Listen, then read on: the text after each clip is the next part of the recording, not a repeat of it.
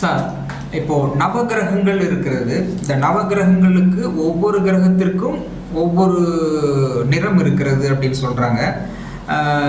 இதில் எந்த மாதிரியான நோய் வந்தாலும் அல்லது எந்த மாதிரியான நல்லது கெட்டது இருந்தாலும் அந்த நிறத்திற்கும் அந்த கிரகத்திற்கும் தொடர்பு இருக்குது அப்படின்னு சொல்றாங்க. உதாரணத்துக்கு சூரியன் வந்து சிவப்பு, சந்திரன் வெள்ளை, செவ்வாய் வந்து பவளம், புதன் வந்து பச்சை, வியாழன் வந்து மஞ்சள், வெள்ளி வந்து வெள்ளை, சனி வந்து கருப்பு, ராகு கேது. இப்படி ஒவ்வொரு கிரகங்களுக்கும் ஒவ்வொரு மாதிரியான நிறம். அந்த நிறத்தை பயன்படுத்துகிற பொழுது அந்த கிரகத்திற்கான பலன் கிடைக்கும் அப்படிங்கிறாங்களே, இது உண்மையா டாக்டர்? அதாவது இந்த பிரபஞ்சம் வந்து பஞ்சபூதங்களால் உருவானது. நீர், நிலம், நெருப்பு, காற்று, ஆகாயம் அப்படின்னு சொல்லிட்டு இந்த பஞ்சபூதங்களால் உருவானது. இது இன்னும் கொஞ்சம் எக்ஸ்டென்ஷன் பண்ணோம் அப்படின்னு சொல்லி சொன்னால்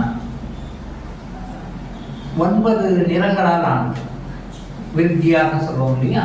வித்யா, இந்த வித்யா, இந்த வி வயலட், வயலட்டுக்கு முன்னாடி அல்ட்ரா வயலட், ஃபைனலாக ரெட், இன்ஃப்ராரெட். இந்த பக்கம் இன்ஃப்ராரெட், இந்த பக்கம் அல்ட்ரா வயலட். ரெண்டு மட்டும் கண்ணுக்கு தெரியாது. இன்ஃப்ராரெட், அல்ட்ரா வயலட், இது ரெண்டு மட்டும் கண்ணுக்கு தெரியும். மற்ற 7 கலர் கண்ணுக்கு தெரியும். மொத்தம் 9. இந்த 9 கிரகங்களும் 9 நிறங்களை கொண்டது.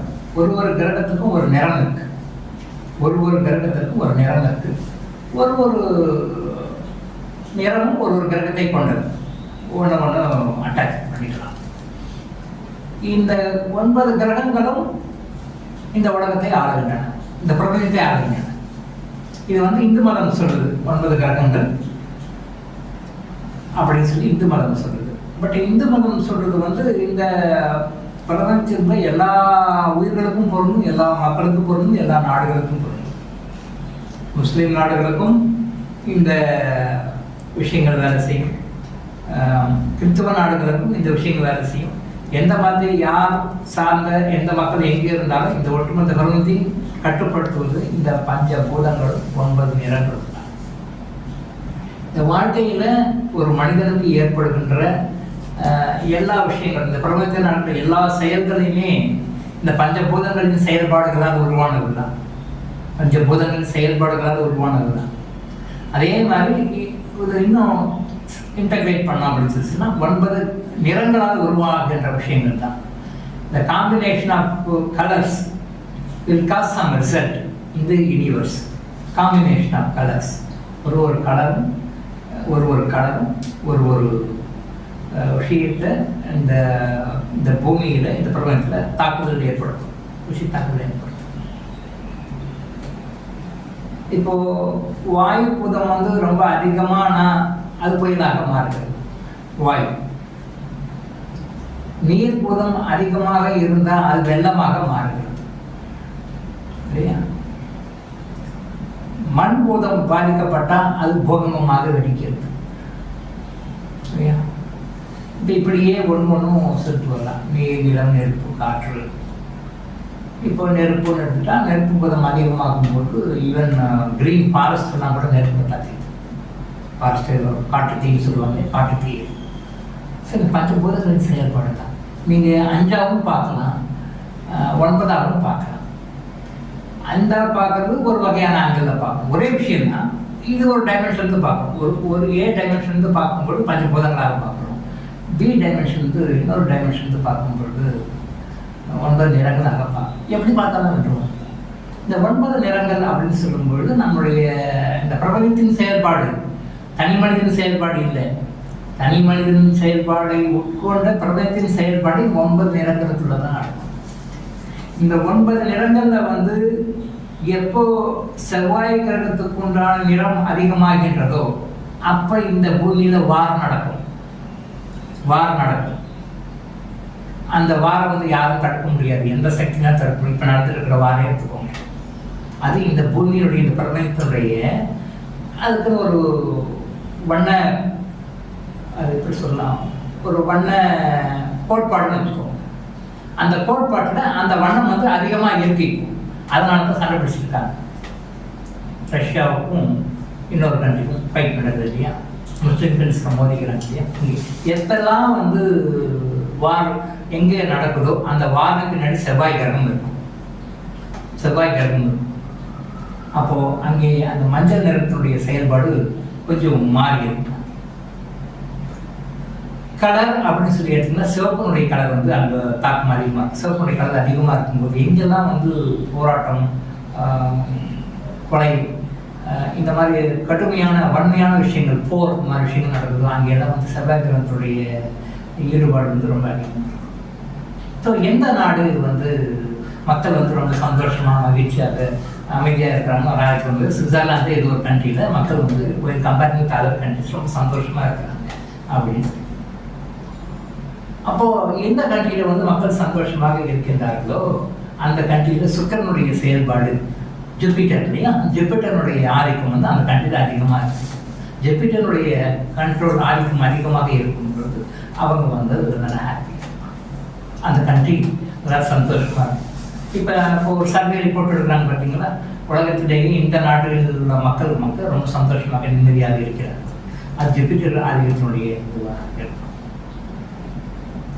எத்தியோப்பியா அன்றாட சாப்பாட்டுக்கு ரொம்ப கஷ்டம், பசியும் பற்றியமாக இருக்கிறாங்க, மக்கள் வந்து ரொம்ப கஷ்டமாக வாடுகிறார்கள். அப்படின்னும் பொழுது சனியினுடைய ஆதிக்கம் அந்த நாட்டில் அதிகமாக இருக்கும். ஒரு இன்விசிபிளாக கிரேவைன்ஸாக அந்த பார்த்தோம்னா அந்த கண்ட்ரியில் அந்த எனர்ஜி நிறைய அதிகமாக, சனி பகவானுடைய ரைஸ், சனி பகவானுடைய அந்த நீரக்கதிர்கள், நீர் கதிர்கள் அந்த கண்ட்ரியில் அதிகமாக இருக்கும். என்ன அதிகமாக இருக்கும், எந்த ப்ரொப்போர்ஷன் இருக்கணுமோ அந்த ப்ரொப்போர்ஷனோட அதிகமாக இருக்கும். அப்படி ப்ரொப்போர்ஷன் அதிகமாக இருக்கும் அந்த எத்தியோப்பியாவில் அந்த மக்கள் வாழ்க்கை. அப்போது வாழ்க்கையினுடைய எல்லா செயல்பாடுகளுமே ஒரு நாடு நல்ல செல்வ வளமையோட வலிமையோட இருக்கு அப்படின்னு சொல்லி சொன்னால் அந்த நாட்டில் உள்ள குரு பகவானுடைய ஆதிக்கம் அதிகமாக இருக்கு. ஜூபிட்டருடைய நிறமான மஞ்சள், அந்த நிறம் வந்து அதிகமாக இருக்கு. என்ன ப்ரொபோர்ஷன் இருக்கணுமோ அந்த ப்ரொபோர்ஷன் கரெக்டாக மெயின்டைன் ஆகுதுன்னு அர்த்தம். ஸோ இது மாறிக்கிட்டே இருக்கும், எதுவுமே பர்மனெண்ட்டாக எல்லாமே இருக்கும். இந்த மாற்றம் ஒன்றே மாற்றம் இல்லாதது. பகவான் பகவத்கீதையில் சொன்ன மாதிரி, பகவான் கிருஷ்ணர் பகவத்கீதையில் மாற்றம் ஒன்றே மாற்றம் இல்லாதது அப்படி சொல்லுவார். அதை நீங்கள் நல்லா உணித்து பார்த்தீங்கன்னா மாற்றம் நடந்துகிட்டே இருக்கு பாருங்க. வாழ்க்கையில் எல்லாத்துலேயும் மாற்றம் நடந்துகிட்டே இருக்கு. இந்த மாற்றமே உணித்ததை நினச்சோம், அவர் சொன்னது ரொம்ப கரெக்ட். மாற்றம் ஒன்றே மாற்றம் இல்லை, மாற்றம். அப்போ அந்த மாற்றத்தை மாதிரி நம்ம வந்து அடாப்ட் பண்ணிக்கணும். நம்ம அடாப்ட் பண்ணல அப்படின்னா வீட்டு பண்ணிட்டு அந்த மாற்றத்துக்கு தகுந்த மாதிரி நாம் வந்து அடாப்ட் பண்ணிக்கிட்டே இருக்கணும். ஸோ அப்போ வாழ்க்கையினுடைய எல்லா விஷயங்களையும் நம்மளோட படிப்புலேருந்து, திருமண வாழ்க்கையிலிருந்து, குழந்தை பிறப்பிலிருந்து, பெற்ற பிள்ளைகளுக்கு திருமணம் செய்தவர்கள் அவர்களை வந்து ஒரு நல்ல வழிபடுத்துவதிலிருந்து, ஒரு தொழிலுக்கு போகிறது, எல்லாமே நம்மளுடைய each and every action of our life is controlled by 9 colors, that is 9 planets. அப்போ அந்த கலருடைய வேரியேஷன் உங்கள் ஆறாவிலையும் உங்கள் உடம்புலையும் மாற்றங்கள் வரும் பொழுது அது வந்து உங்களுக்கு பிரச்சனையாக வரும். அப்போ எந்த நிறத்தினுடைய தேவையினால் உங்களுக்கு ஒரு குறைபாடு வருது, அந்த நிறத்தை உங்களுக்கு கொடுத்து பூர்த்தி செய்தோம்னா அந்த பிரச்சனை சரியாயிடும்.